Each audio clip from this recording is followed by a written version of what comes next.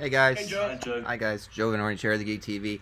I'm curious how familiar all of you were with the Outlander franchise going in, right? It's an established show. And since some of you are playing already established characters, did you do a deep dive and kind of study the other actors' performances? Or did you kind of want to keep it your own thing and kind of stayed away from that? Or was there a little bit of both? Walk me through your processes. For me, I took the second option, and Matt and Meryl kind of encouraged it to be like, don't go in and try and do an impersonation. So if you can at this point, keep clear. And I'd watched some of it prior to starting the process, but then I really tried to stop so that I didn't just do a bad impression of Duncan and kind of ruin what he had already done. But I think because it is the same world and universe, like once you step into that, there are some pretty clear guidelines around. So you feel like you're very much walking the same path, but just wearing kind of slightly different shoes. Well, actually, maybe we wear the same shoes. I don't know. But yeah, and then I'm hoping that once like what I'm doing is really firmed up, then I'll get to go back and watch what Duncan did. Like safe in the knowledge that I'm not going to now like change what I'm doing in accordance to him, but just to basically just learn more about the character and just to enjoy seeing what Duncan did with from a different perspective. I think it's really nice having the show as well because you know the destination.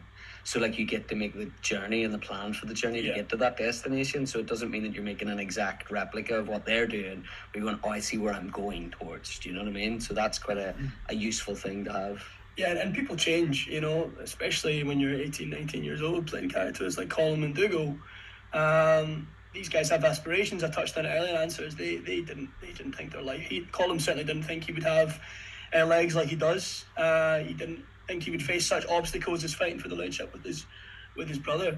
So life throws all sorts of obstacles at you, and like Conor was saying, seeing where your characters end up gives you the freedom to show how he got there. I watched, with regards to Lord Lovat, I'd watched like three, 4 seasons when cause my wife loves the show and all her friends love it. And I'd watched quite a lot of it, but I went and did a sort of historical, political deep dive into Simon Fraser. My nephew gave me this first edition book that he lives in Nuremberg in Germany, and he was at a little bookshop one day and he found this first edition, 1903 or something.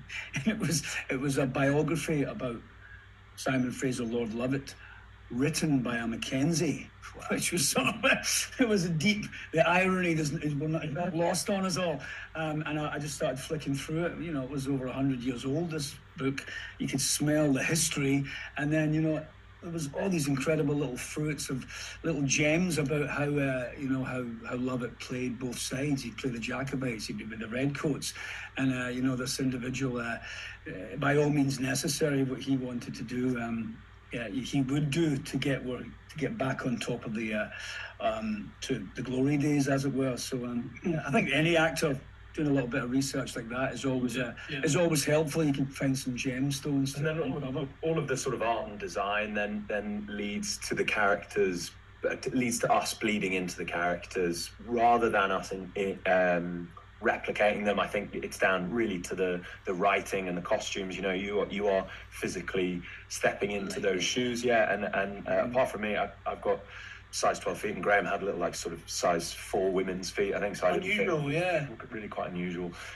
He struggles. Contrast. Yeah, he struggles to balance. Quite large and tiny little feet. But yeah, all of that sort of does the work. He was going to kill me for that. All of that sort of does. He didn't want the public to know as well. I had to sign they do know. Hi, Graham.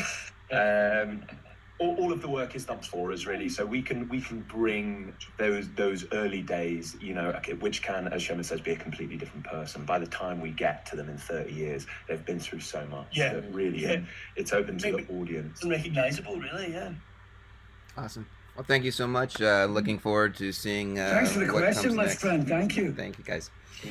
Cheers, man.